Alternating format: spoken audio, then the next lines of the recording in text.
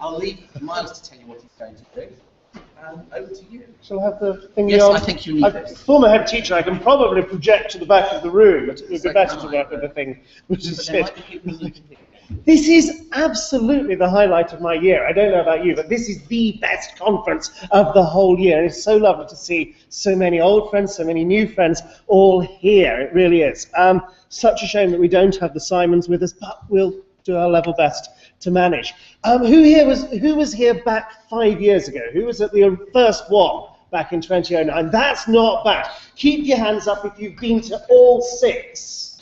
That's dedication beyond the call. That really is. Well done, folks. So this is Roger's brilliant switched on newsletter from 5 years ago, Conference 2009. What has he got there? Over 120 people participated in the day. I think we've got about 300 registrations this time round. What is it?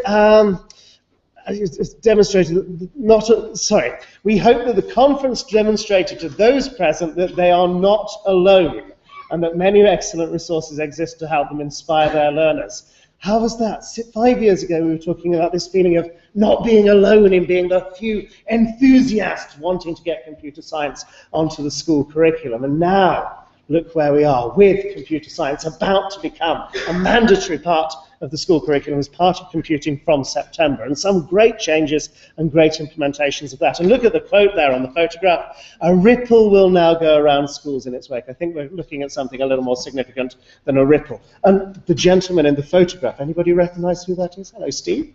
Okay. So I think Tony is going to talk to us a little about Moore's Law in the next, more important session. This isn't Moore's Law. This is the CAS membership numbers. You do the math, and Moore's Law is, Tony will do the proper version, I'm sure, but we're looking at about sort of 18 months or so for the number of transistors on an integrated circuit to double. If you do the maths for the CAS membership, we're looking at about 8 months for doubling in numbers, the way things are standing. I reckon that means in 3.5 years' time, we will have every teacher in the country as a member of CAS. In 11.5 years' time, that's the population of the world that we've got to look forward to. We'll see, we might hit some limits at some point. We have 109 local hubs. Who are the hub leaders in the room? That's brilliant. Isn't it nice to see you people here? And that sense that it's not just the one event a year, the sense that there are events happening week in, week out, throughout the school year, locally embedded within the community, within the neighborhood, within the regions. And that's absolutely fabulous. And that is the scalable model. That's how we can cope with the 12,000 members. I want to look back and do a little bit of looking forward. And we need to start, I suppose, by thinking about curriculum. And we have this as the opening sentence of the new program of study, the thing that comes into effect come September. A high-quality computing education equips pupils to use computational thinking and creativity to understand and change the world.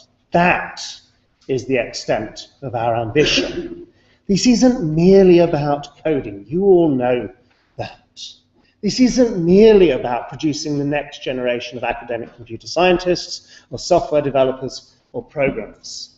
This is about every child in a local authority-maintained school getting that sense of computational thinking as a lens through which to understand not just computers, not just technology, but the world around them, and putting into the hands of every child in the local authority-maintained school those tools for them to express themselves creatively across a whole range of digital media. Yes, occasionally PowerPoint presentations, I'm sure, but digital video, and also through the creative medium of computer code. That craft of writing creative and exciting software is something which every child is entitled to. Well, at least they are under the current government. This is something which the Secretary of State is really proud of. How are things going to be under what may be the next government? Well, 2 weeks ago, Policy Exchange, Saturday morning. I give up too many Saturday mornings.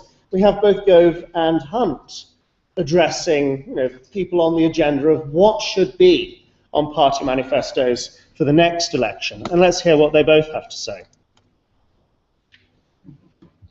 Or not. You reckon?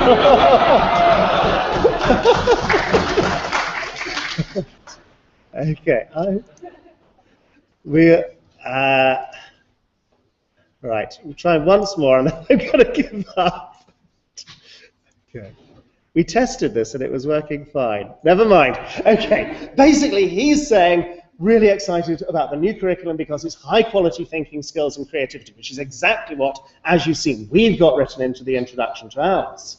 And then Tristram Hunt comes on and talks about the importance of it not just being coding, about the need to develop a whole range of digital skills across the range. I think there is a commitment there from the alternative administration in terms of ensuring that computing does retain its place on the curriculum, understood in that broad sense that we have. So what else have we done? We've produced the guidance documents. Primary one came out last November, secondary one only just published. Copies back over in the computer science building. Do take a copy away, share it with your colleagues in school. This has been written from the point of view or for the perspective or with an audience of those who've not taught computer science before, those who've not got a background in computer science in terms of what they need to interpret the program of study, to understand some of the vocabulary there, and setting some of the agenda in terms of how to go about planning that, how to go about teaching that, how to go about assessing that. I would commend both of those to you. We've been working on other things as well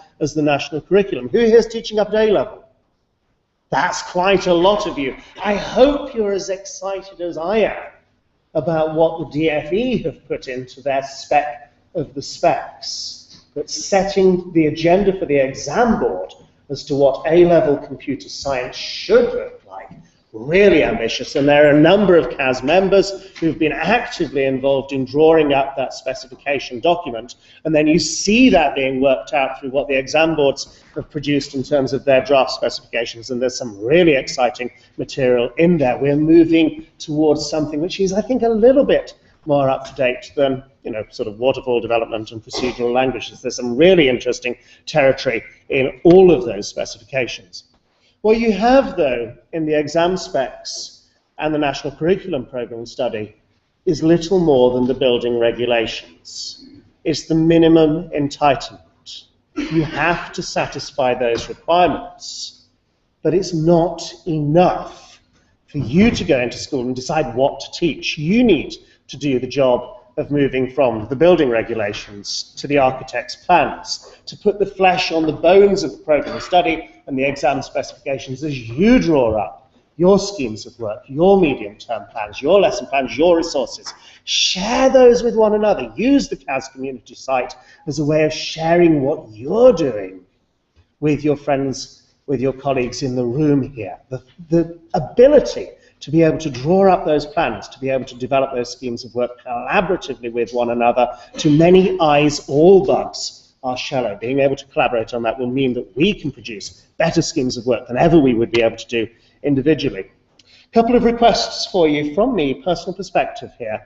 This was what the Royal Society were recommending, ICT damaged goods as a brand. Let's move to computing, understanding that as a balance of three elements of information technology, a critical digital literacy, and of course that core foundational computer science. Of course here we share an enthusiasm for the importance of the computer science, but please don't let that mean that we forget about the IT and the DL. Yes, there's an element of bringing in the balance, but it should be a broad and balanced education for all of your pupils, equipping them for the opportunities, responsibilities, experiences of later life. One other request from me, that it should be for everyone. Inclusion is absolutely vital to the whole process. This is not, because it's on the national curriculum, it's an entitlement for all, not the geeky few who want to study this, but this is something which every child is entitled to be taught about,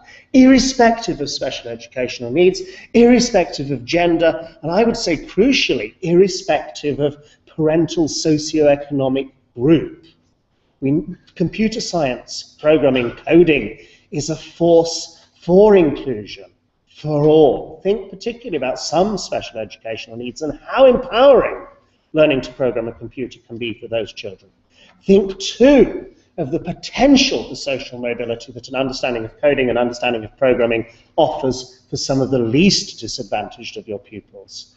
And if you set your entry requirements for GCSE, or indeed A-level, too high, there's a danger of not including some children in the opportunities which studying this subject is going to offer. So as well as what we teach, of course it matters how we teach this. And we are being really ambitious here. The program of study, the ambition of the program of study is a noble one, but it's a high ambition too. I think uniquely in terms of the national curriculum, we are expecting teachers to teach things that they never learnt when at school themselves. And that does bring up huge issues in terms of initial teacher training, my day job, as well as continuing professional development. In terms of initial teacher training, I don't think we're out of the woods yet. Initiatives like the BCS Scholarship, 25k tax-free for the brightest and best computer science graduates and those coming out of the industry to train to teach this subject at secondary level, but also the DFEs, labelling of computing there amongst the other shortage subjects and awarding really very generous training bursaries. These things help.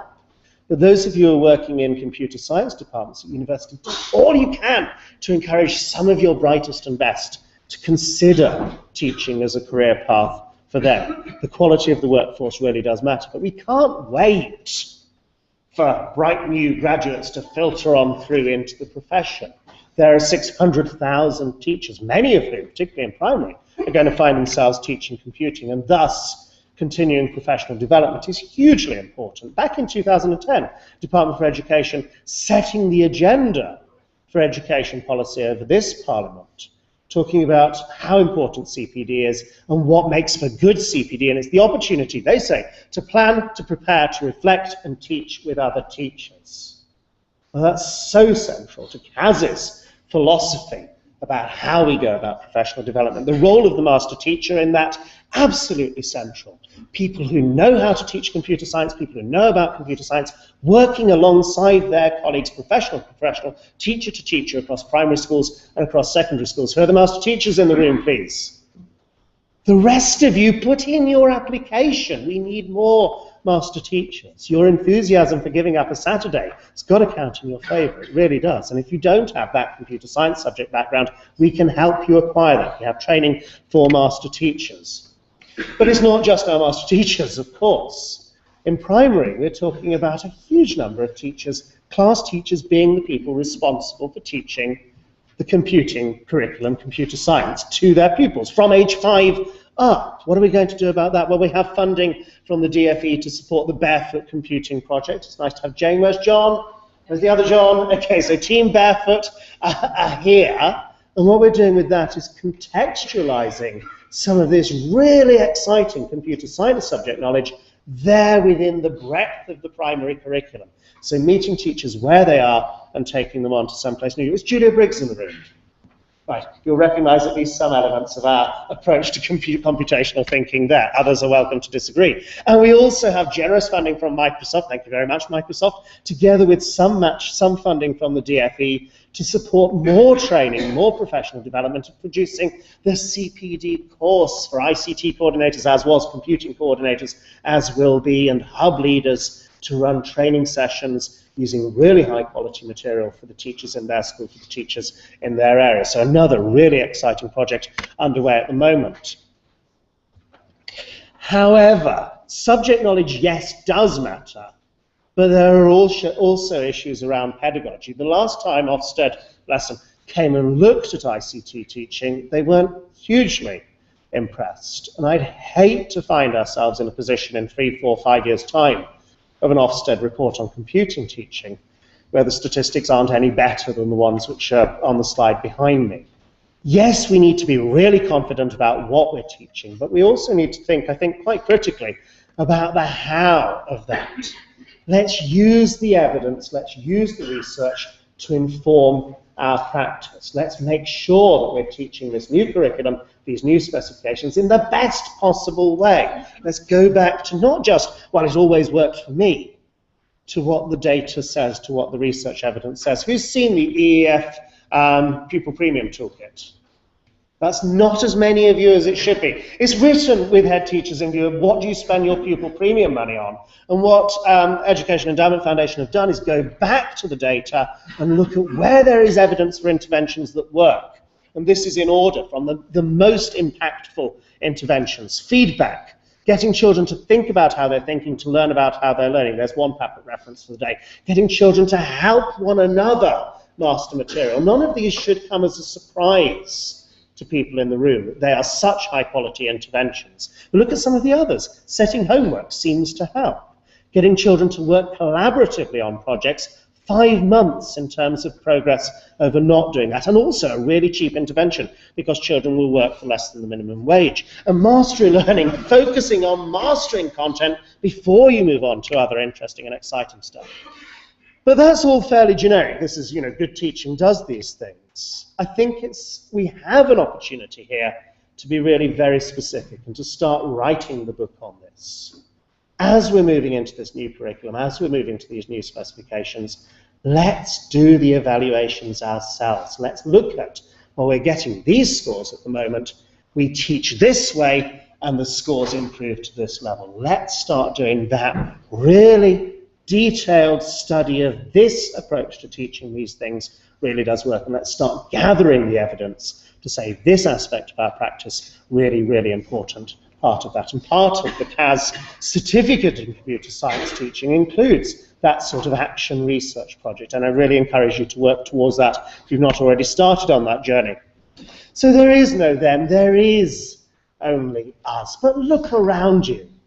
Can you think of a better group of people to make this a reality? Can you think of a better group of people to really get children excited about and knowledgeable about and inspired by computer science across primary and secondary schools throughout the country? I can't, really can't. So thank you all very much for listening.